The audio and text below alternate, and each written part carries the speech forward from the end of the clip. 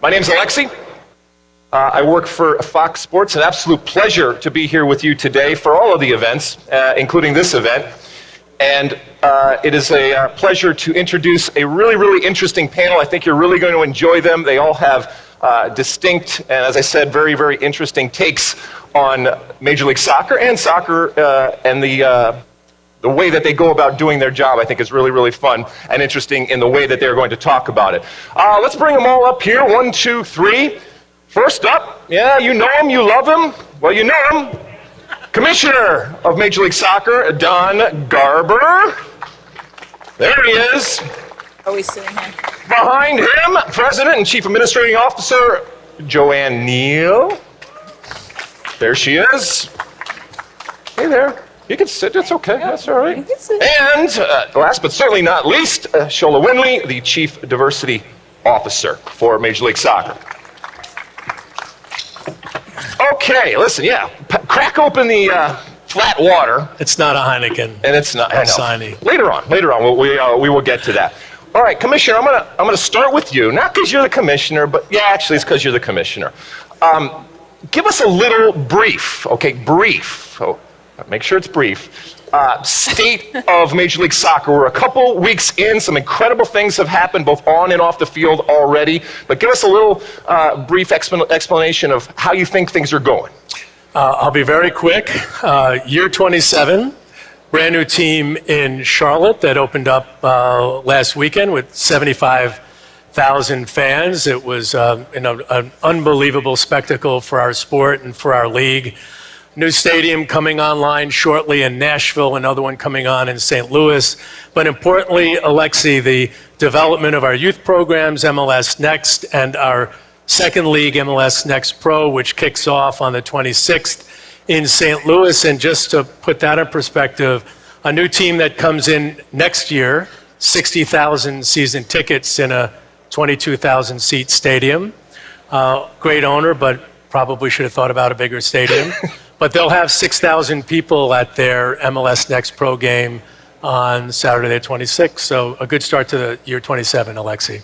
All right, we have basically MLS royalty in front of us in terms of longevity. All right, JoAnn, what year was it?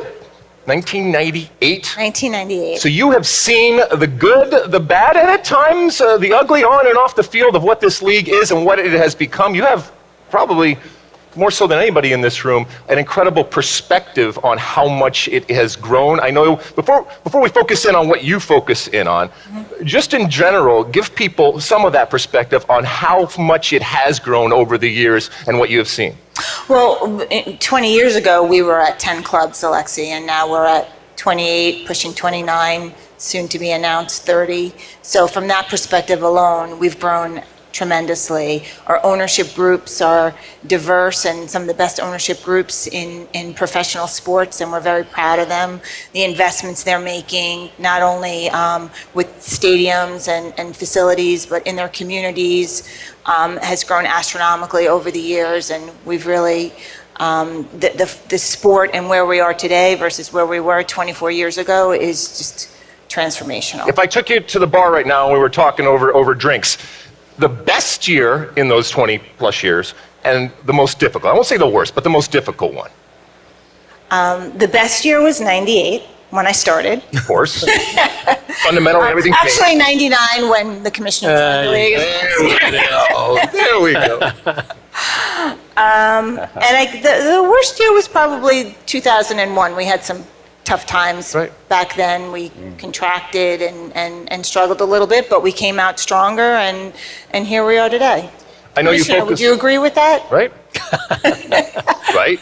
It was a difficult year. You know, I think that which doesn't kill you makes you stronger, and I think that period of time with us, you know, the world was going through trauma at 9/11. At that same time, we got our owners together and sort of transformed the future trajectory of the league. Alexi, you know it well. You were in and around us at that time.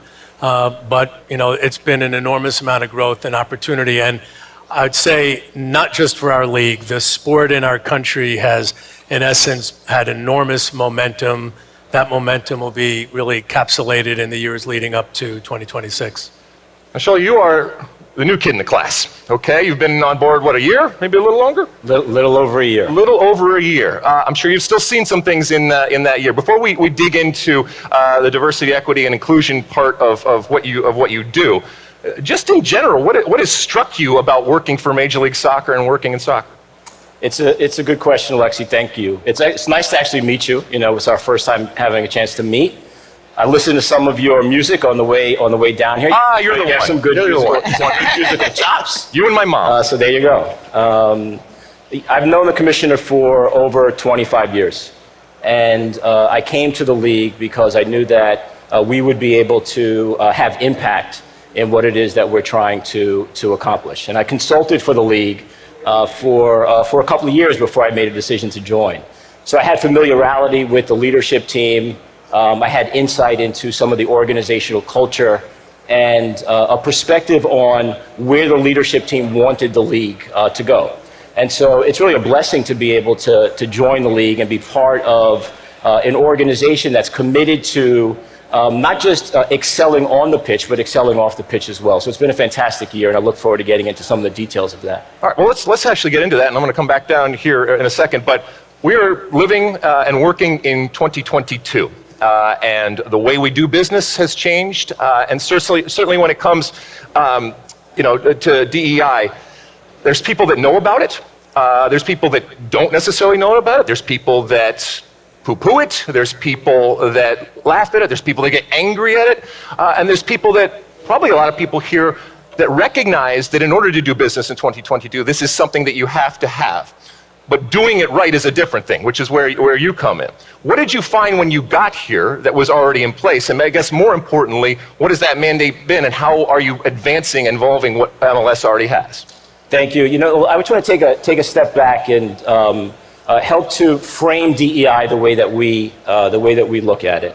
We look at it as an essential core part of our business, right? So if we are going to open up a new stadium, why would we not want to invite in as many different constituents as possible, right? So DEI is a piece of business. It's a core piece of our business, right? So we're looking to grow market share wherever we can. Soccer is already the most diverse sport on the planet. If you look at Major League Soccer, in terms of our player pool, in terms of our coaching pool, in terms of our fan base, we're already diverse. The question is, though, are we as inclusive as we need to be, and are we as equitable as we need to be? And that's where we spend a lot of our time, working with JoAnn and her team on the HR side to make sure that we continue to bring in representation at the highest levels at the league office. This past year, we added to women executives at the club level. We now have 6 women who are CEOs, presidents, and general managers of our club. And the research is clear, Alexi. The more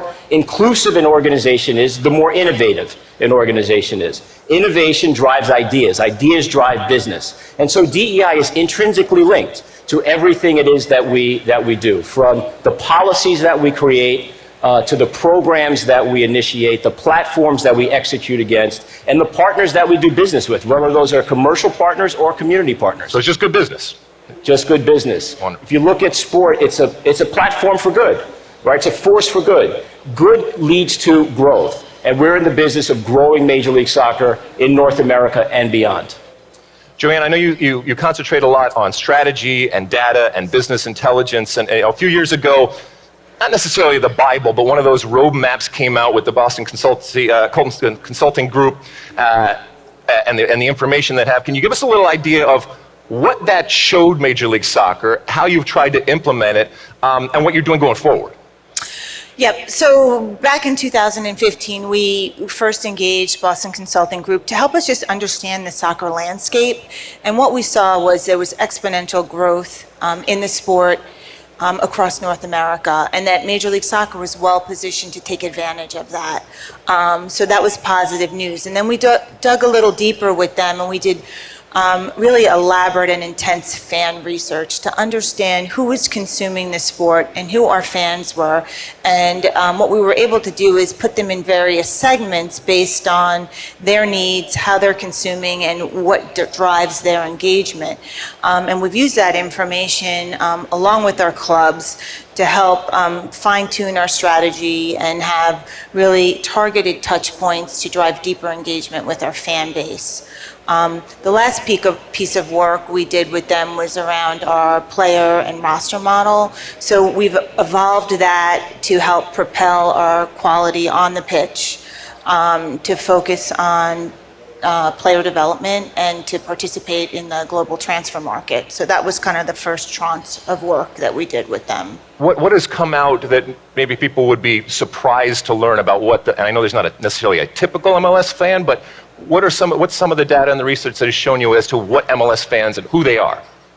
So, there are about 6 or 8 segments of fans in different categories, and what we learned was that sports fans and soccer enthusiasts are 2 groups that consume about 70% of the sport in this country. So for us, that was really helpful to target our strategy around what those fans are looking for. And there's different things that those groups are looking for around community attachment, stadium experience, brand, what they're seeing on media.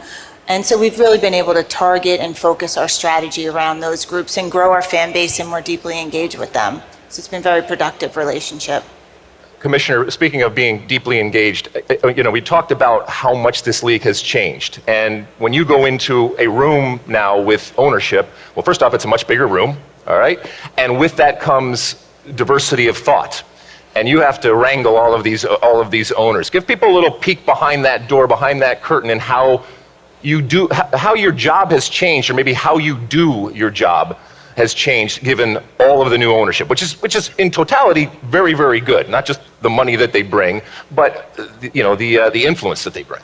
So, Lexi, if I can, I'm gonna build a little bit on what JoAnn was talking about. That'll lead into ownership and how we manage the league and how we plan the league and how we create proper governance with committees and how we make decisions.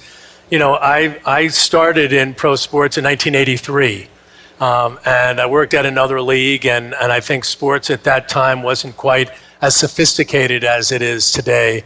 When I think about what's happening in our industry globally, or you think about what's happening in the rest of the major leagues here in the United States, or the amateur sports and all the different activities, engagements, and opportunities, it's unbelievably competitive.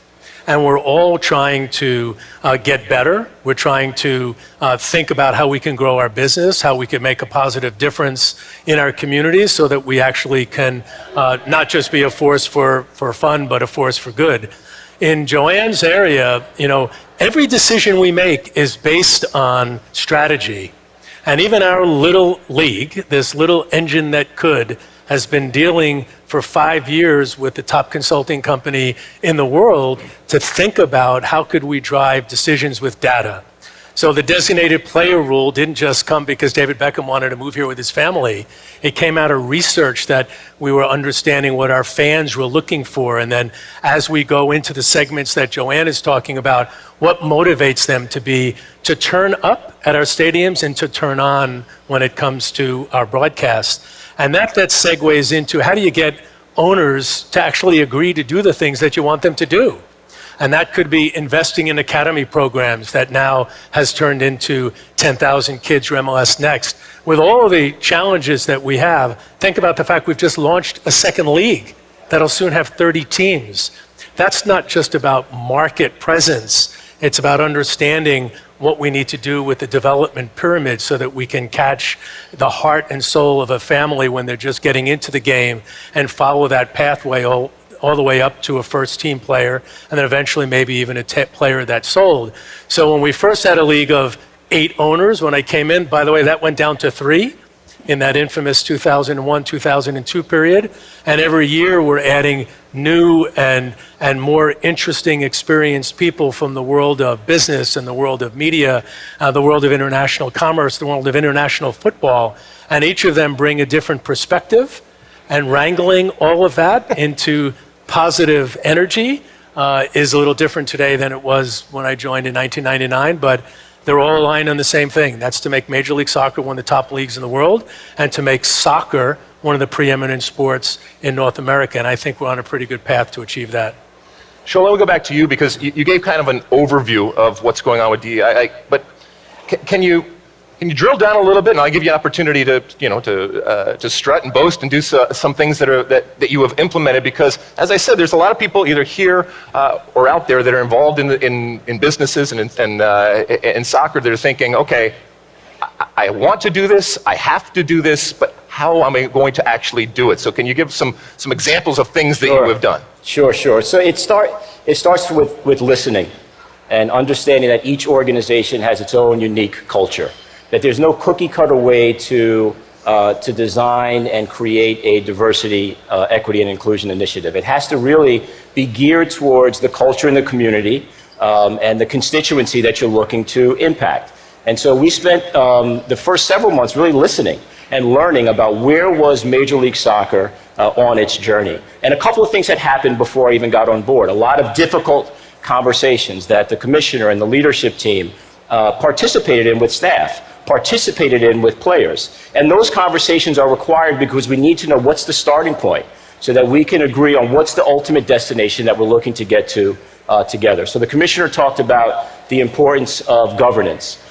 We established a diversity, equity, inclusion committee. It's a committee that's comprised of owners, of current and former players, including representatives from Black Players for Change, who are tremendous partners in the work that we do, as well as SCORE, which is our retired players group.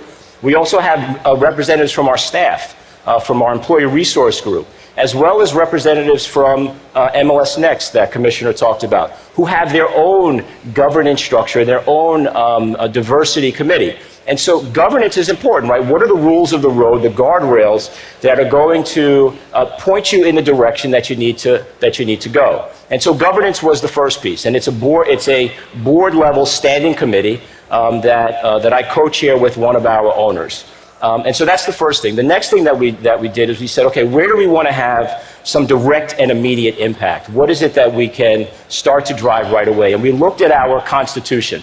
And in the Constitution, we have a policy, a diversity hiring policy that was instituted in 2007. At that time, 90% of the coaches in the league were white. And so there was a policy that was enacted similar to the Rooney Rule, which people might be familiar with. We hadn't upgraded that policy and enhanced that policy in 15 years. So we took a look at that. Again, it's not the league officers taking a look at it.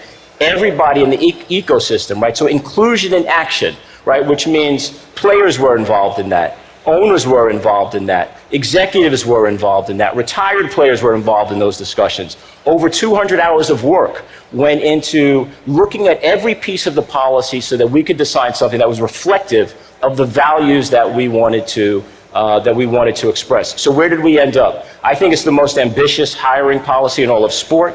It's research-based, it's data-driven, where 2 finalists have to be diverse. Right, so if you're interviewing candidates, 2 of those finalists have to be diverse, 1 of those finalists has to be Black. Why is that the case? Well, 30% of our player pool is Latino, 30% of our head coaches are Latino, 30% of our assistant coaches are Latino. So not only is there diversity, but there's equity and representation. If you look at our Black player pool, nearly 25% of our player pool is Black. However, less than 10% of the coaches were Black at the time. It's increased a little bit more. And so we wanted to bring representation there. So out of those 2 finalists, 1 of those finalists has to be Black. In addition, we wanted to ensure that there was an equal interviewing experience, right? And so clubs have to demonstrate that they have provided all of the finalists an equal opportunity to meet with the decision makers, to be shown the stadium and brought around to the leadership team if that's what they're going to do. But the clubs have to demonstrate that to the league, that there was an equal interview experience. The third is we created a diversity policy portal where for the first time in the league's history, we're able to aggregate data about the open positions that come, who's being interviewed, who's being offered the position, so that we know this is where we're starting and this is where we want to get to. Some of the heaviest fines are included in the policy, ranging from starting at $50,000 up to north of $100,000. But the policy is not designed to be punitive. It's meant to be accountable. How do we hold ourselves accountable to driving the type of systemic change that we all say we want to accomplish? So we're immensely proud of that. Another thing that we're proud of is we made a decision to focus on wealth equity, right? That in the business of sport, there's a lot of wealth, right? And so what can we do with the power that we have to start to close that gap? And so we announced last week a historic partnership with the National Black Bank Foundation. We're the first sports league to do a deal exclusively with a syndicate of black banks, a $25 million loan that the league took on.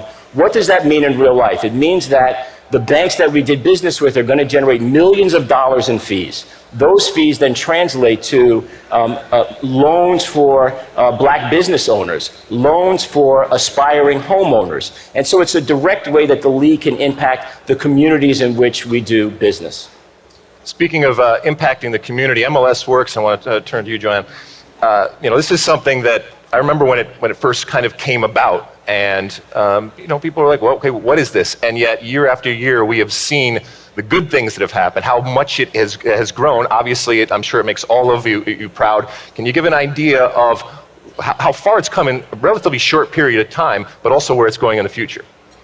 Yeah, well, we started MLS Works back in 2007, and it was really a time in our evolution where we wanted to give back to the communities that were supporting our sport, and the people that were, to Commissioner's point, tuning in and turning up, and give back to those communities that were supporting us. But because we were still,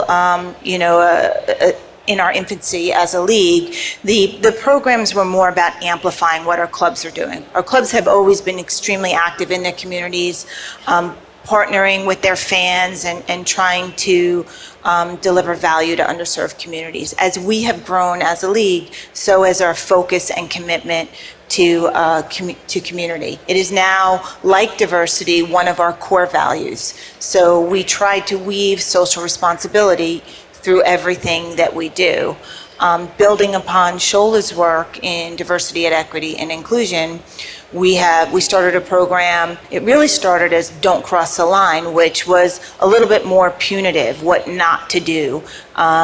And as we've evolved our thinking, it's now more affirmative, and it's soccer for all, to exemplify that we as a league are welcoming to everybody.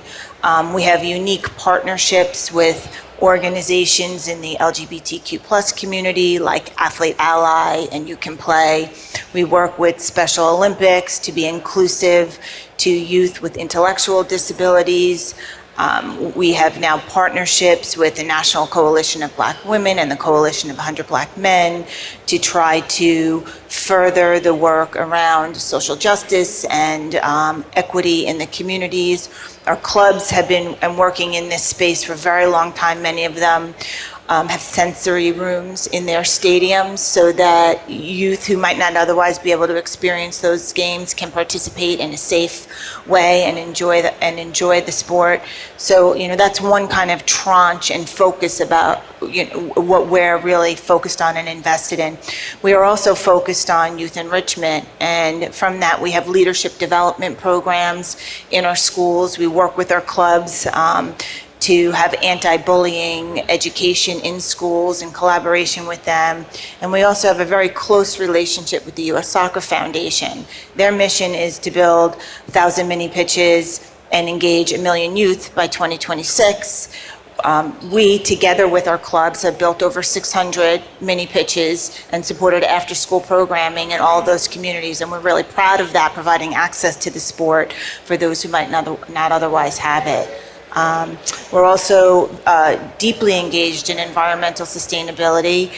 We support Adidas and their platforms around that, but we also have focused on offsetting our carbon footprint. It's something that we're really focused on in the future to build out, but to date, the offsets equate to 3.5 million trees and how they adverse the carbon dioxide in a year. So that's something that we've been really, really impactful programming. And the last tranche is around cancer awareness. We're focused on education, awareness, and raising funds to help provide resources to children struggling with cancer. And, that program we're really proud of because through the work that we've done together with our clubs, we've funded over 40,000 clinical trials to help advance research in that space. So those are kind of our 4 tranches which have evolved over the years. And that doesn't even, those are just from a national perspective. All of our clubs are doing work in those areas to help amplify that work, but they also have their own specialties which are unique to the communities where, that they're engaging with and are very focused on deep connections with their fans and the issues that are important to them. Commissioner, before I grill you, because I got some stuff I want to grill you about, you guys have both mentioned pride. I gotta feel that you're pretty proud of, first off, working with these incredible people and all of the things that they are doing. So before I grill you, I'll give you a chance because I know sometimes you have something to say off of them. So. Well, I'll start with the 2 up here that I think represent everything that's great about our league, not just about where we are, but where we're going and how we're thinking about what kind of influence we could have to make this sport what everybody hopes and dreams it can be, but doing it in a way that I think is smart and good. And I couldn't be prouder of both JoAnn and Sola. And I attended Victor's, your interview with Victor earlier today, and his shout out to his CONCACAF staff. I could not be prouder, I think, Alexi, of it. And one thing that I feel the best about, it's not the number of teams and it's not the stadiums, it's the fact that we've created a soccer culture and a soccer infrastructure and a soccer opportunity for millions and millions of people, whether they're fans or the tens of thousands of people that actually are working for our league. And I've known you a very long time. And think about the fact that when we started post World Cup in '94, there wasn't a Division I league. And where we are today with so many people like you and Stuart that can leave our field and go into a business that you love, or the thousands of coaches and the tens and tens of thousands of people that are employed full time by a Division I league, not to mention what's happening at the USL with their dozens and dozens and dozens of teams and the NWSL. I think the best days for professional soccer are still ahead of us. And it's coming at the right time as we have this almost rocket fuel leading up to the World Cup. And by the way, most of the people who are not with our clubs or not with our league, they're from the international football community. And it's also a great opportunity for all of them as we start thinking about how do you untap the might and the energy of a nation. We're in 2 countries, the United States and Canada, that just is beginning to love the game in ways that nobody ever dreamed of. And I think represents a golden opportunity for all, hopefully with the right governance, with the right leadership, and with the right order, so that we're now all not killing ourselves as we're trying to get to the finish line. All right. So you've created this structure now, but your job is to monetize it too, right? What's going on with the broadcast rights deal? What's going on? Anything? You got anything you want to tell us? Well, I got a little contract here that you and Stuart can sign on behalf of Eric and your partners at Fox. But, we have a great relationship with you all that's been going on for many, many years. A relationship from the beginning of the league with the Disney companies, a long-term relationship from the beginning of the league with Univision. Not to mention, Alexi, as you know, every one of our games locally is broadcast. So what we decided to do, and I think it speaks to strategy, as opposed to just, okay, our rights are up, let's do a tender. And I think that's the way the global football community kind of thinks about media rights. And we sort of have been doing our work with our fans and trying to understand how do they consume content? How are they perhaps different than a baseball fan or a hockey fan or an NFL football fan? And trying to track where the world is going as opposed to where it is today. And we said to our teams years ago, you can't do a local deal past 2022 because we're going to take all those rights back. We said to those people that are selling sponsorships, you can't do a telco deal. We said to all of our clubs, you got to be mindful of the sports betting world. And we want to, in essence, go out to the market with a globally unprecedented package. So every MLS game, every MLS touch point, every MLS piece of content is in essence offered to the world. And as we're out talking to the next generation of media partners, including partners that we currently have that are thinking about how do you present a soccer game to audiences that might not be consuming it through a traditional cable model. And I couldn't be more excited about it. It's very timely. Hang in there. We'll be able to talk about what's your pitch to them when you're trying to get them to write you a big old check in terms of why they should be involved with Major League Soccer? This is the most unduplicated audience in all of sports. So that's the broad pitch. So if you're going to watch a college basketball game or a college football game or an NBA game or a baseball game, I put baseball, the higher audience is probably unduplicated in its age, right? That you can buy Major League Soccer's offering and reach an audience that you're not going to be able to really reach with any other property. And to give you an example, I'll use Atlanta as opposed to the one great game we've had in Charlotte. Atlanta, we had an unbelievable game this past weekend. You've got 60+ thousand fans that are coming to games. You have 50,000 season ticket holders, less than 3% duplication with an Atlanta Falcons fan. Seattle Sounders, 42,000 season tickets. Long-term commitments going on for 10 years. Less than 2% crossover with a Seahawks fan. So if you want to reach the new America, a young, digitally oriented, globally connected, diverse audience, you could do that with one shop, Ben Grossman. You can do that by paying us a lot of money. Well, Ben's not paying you anything. But well, I know you're not paying. He's closer to paying it than you are. I'm not paying. Well, I think it's fascinating the moment that we are in and the broadcast world in which we are living in. You have a unique challenge being involved with soccer in the United States because, as you mentioned, all of the competition and the historic competition with other leagues and other sports, but you're also competing with the rest of the world. And the rest of the world, let's be honest, they recognize that there's gold in them, their hills, all right? And they live to the United States, and they have for many, many years to come over, call it an ATM, do it all that kind of stuff. But they're coming into what is, in essence, your territory, our territory here. So when you think about strategically going forward and the things that potentially could happen, what are some of the things that concern you and what are some of the things you think are going to set MLS ahead?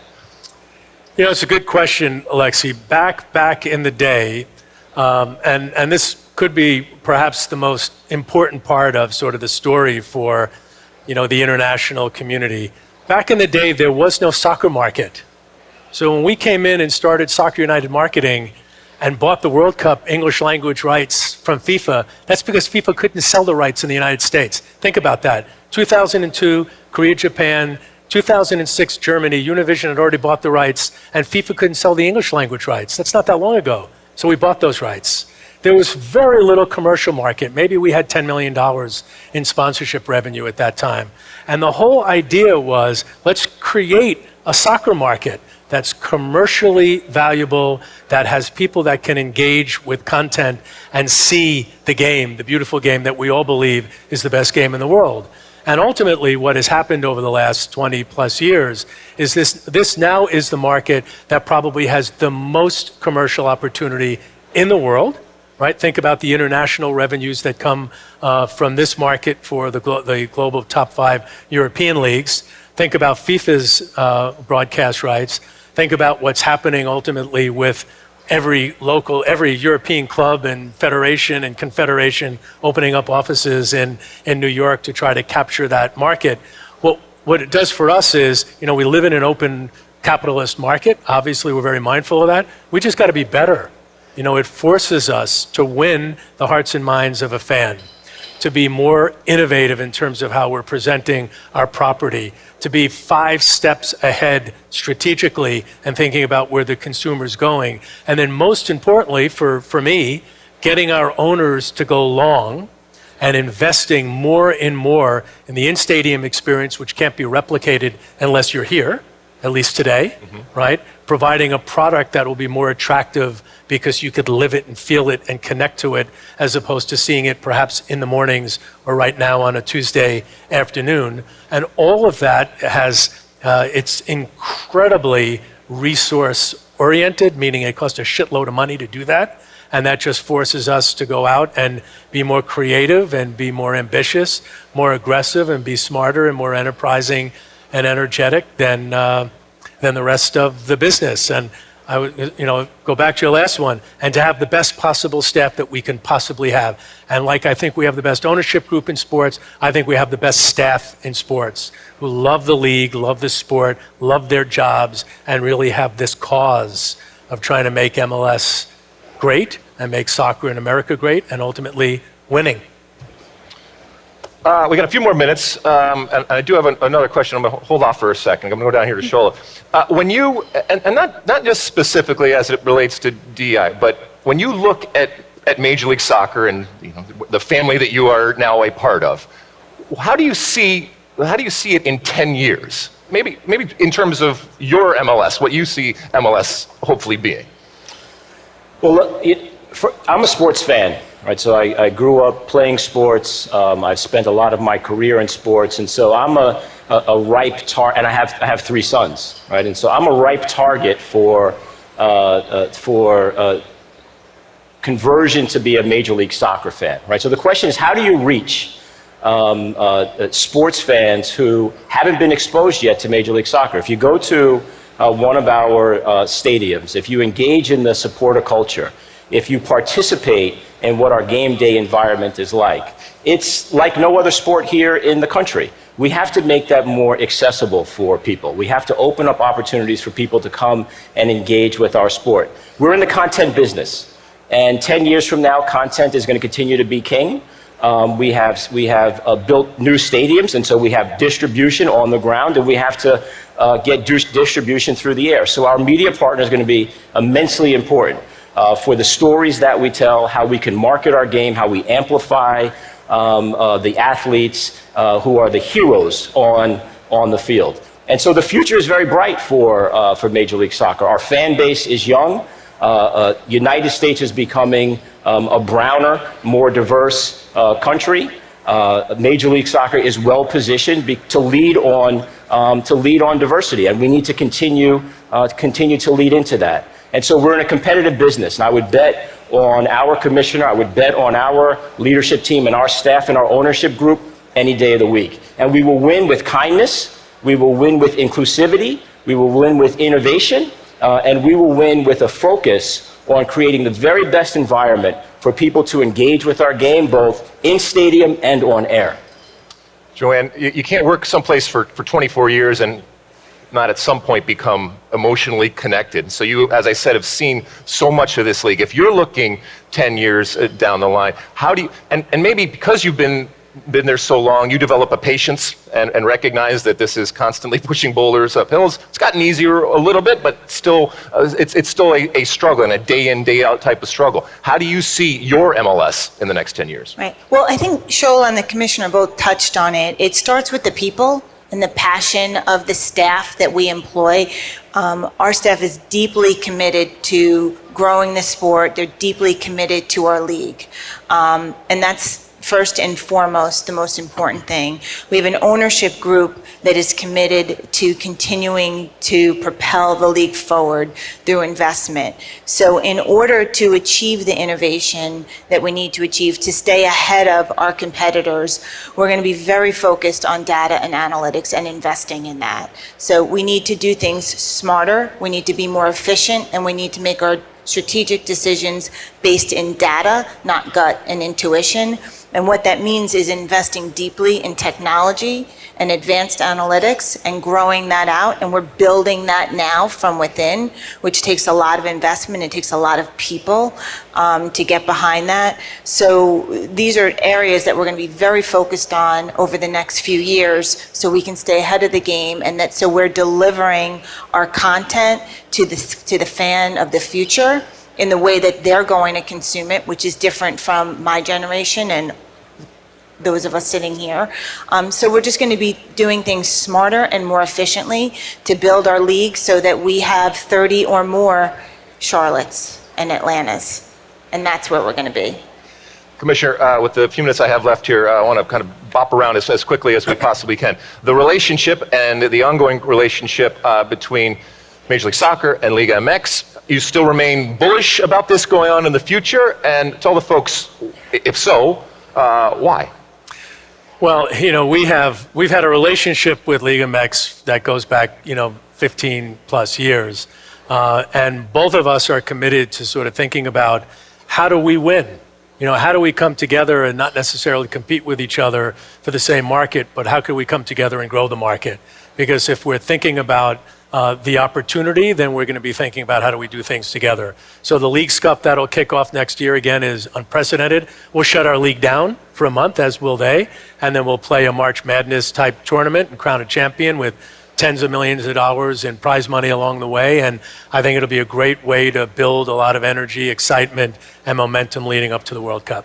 Sports betting, from a strategic perspective, all in? Totally all in, Alexi. And again, I've been sitting on these panels a lot. You got asked this question, on every panel for the last 2 or 3 years. You don't get asked it anymore because it's just part of the DNA of sports now. I think it's been driving a lot of energy and excitement. Again, I do not think this is about driving revenue and about getting a share of a vig on people's wagers. It's about fan engagement, next generation of fantasy. Very, very bullish. All of our clubs are deeply engaged. Global transfers and being involved in the global transfer market. You made a point a couple of years ago of saying this is something that we want to do, and I think if we look certainly what has happened over the last couple of years, it's pretty impressive in terms of how much Major League Soccer is part of that. So, Alexi, I think this speaks to the panel, right, in talking about innovation and things that you can do differently.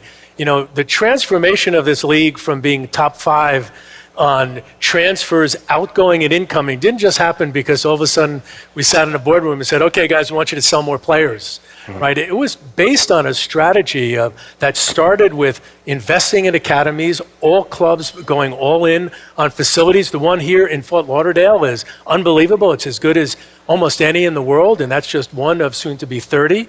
And then ultimately thinking about how do you ensure that you're having the right coaching, the right training, the right programming and whatnot that is going to allow us to get players to come in, get first team minutes, get sold in an unprecedented way in our league's history, and then go out and sign the Insignias of the world and thinking about those players that are going to come in, in the next transfer window and beyond. A very focused effort on being both a buyer and a seller, and more importantly, being part of the global transfer market as opposed to just selling or just buying. All right, well, I'll ask the same question that I asked them in terms of what does MLS look like in 10 years, and maybe specifically, how are you going to use, because everybody talks about the ramp up to 2026, how are you going to use 2026 to your advantage from a league perspective? So, Alexi, I think if you were to ask Victor, or ask Gianni Infantino, or ask any of the other league heads that are here, media people here, there's no doubt that 10 years from now, MLS will be one of the top leagues in the world.